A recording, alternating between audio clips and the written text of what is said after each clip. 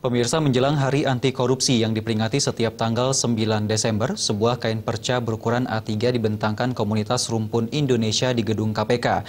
Kain merupakan media untuk siapapun yang ingin membubuhkan cap telapak tangannya sebagai bentuk dukungan terhadap pemberantasan korupsi. Salah satu yang membubuhkan cap telapak tangan adalah pelaksana tugas Wakil Ketua KPK Johan Budi.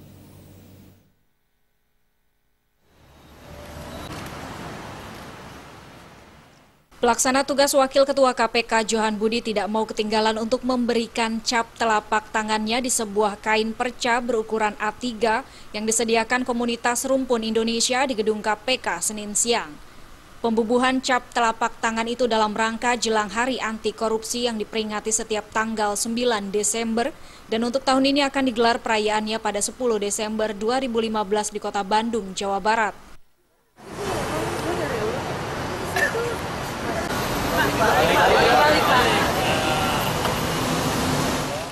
Tak hanya cap tangan, salah satu calon pimpinan KPK itu juga menuliskan harapannya di kain tersebut. Harapan yang ditulis Johan Budi yakni pemberantasan korupsi tidak boleh berhenti sedetik pun.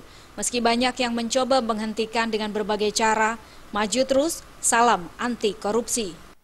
Acara ini juga sebenarnya serangkaian kegiatan nantinya di festival di anti korupsi di Bandung tanggal yang semestinya tanggal 9 dan bukti, tapi diperingatinya tanggal 10 Desember dengan tagline tadi yang seperti disampaikan PRUM tidak pakai korupsi.